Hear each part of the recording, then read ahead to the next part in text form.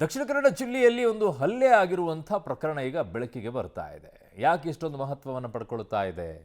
Case ಇರೋದೇ ಹಾಗೆ. ದಕ್ಷಿಣ ಕನ್ನಡ ಜಿಲ್ಲೆಯ ಮಂಗಳೂರಿನಲ್ಲಿ ಆಗಿರುವಂಥ ಬೆಳವಣಿಗೆ, ಪ್ರಯಾಣಿಕರ ಮೇಲೆ KSRTC ಮಹಿಳಾ ಕಂಡಕ್ಟರ್ ಹಲ್ಲೆ ಅಂತೆ.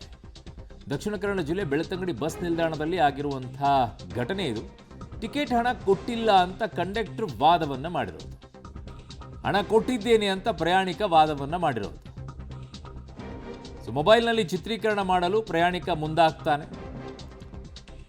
ಇದರಿಂದ ರೊಚ್ಚಿಗೆದ್ದಂಥ ಲೇಡಿ ಕಂಡಕ್ಟರ್ ಪ್ರಯಾಣಿಕನಿಗೆ ಹಲ್ಲೆಯನ್ನ ಮಾಡ್ತಾರೆ. ಮೂಡಿಗೆರೆಯಿಂದ ಮಂಗಳೂರಿಗೆ ತೆರಳುತ್ತಾ ಇದ್ದಂಥ ಬಸ್ನಲ್ಲಿ ಆಗಿರುವಂತಹ ಗಲಾಟೆ ಇದು. ಪ್ರಯಾಣಿಕರ ಮೇಲೆ KSRTC ಮಹಿಳಾ ಕಂಡಕ್ಟರ್ ಹಲ್ಲೆ ಮಾಡಿರುವಂಥದ್ದು. ಮಹಿಳಾ ಕಂಡಕ್ಟರ್, ಓಹೋ,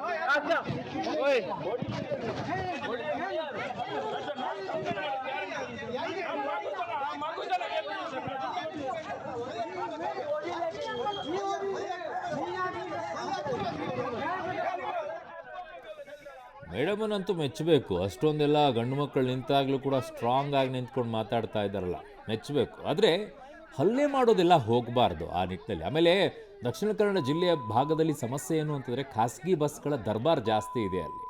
ಸರ್ಕಾರಿ ಬಸ್ಗಳು KSRTCಯಲ್ಲಿ ಒಳಗೆ ನುಗ್ಗಿಬಿಟ್ರೆ ಅವ್ರ ಲಾಬಿ ಕಡಿಮೆ ಆಗಿಬಿಡುತ್ತೆ ಖಾಸಗಿ ಬಸ್ಗಳದ್ದು. ಹಾಗಾಗಿ ಆ ಆ್ಯಂಗಲಲ್ಲೂ ಒಂದು ಸ್ವಲ್ಪ ಪೊಲೀಸರು ತನಿಖೆ ಮಾಡಿದರೆ ಒಳಿತು ಅಂತ ಕಾಣಿಸುತ್ತೆ. ಹೊರಗಾಗಿ ಸರ್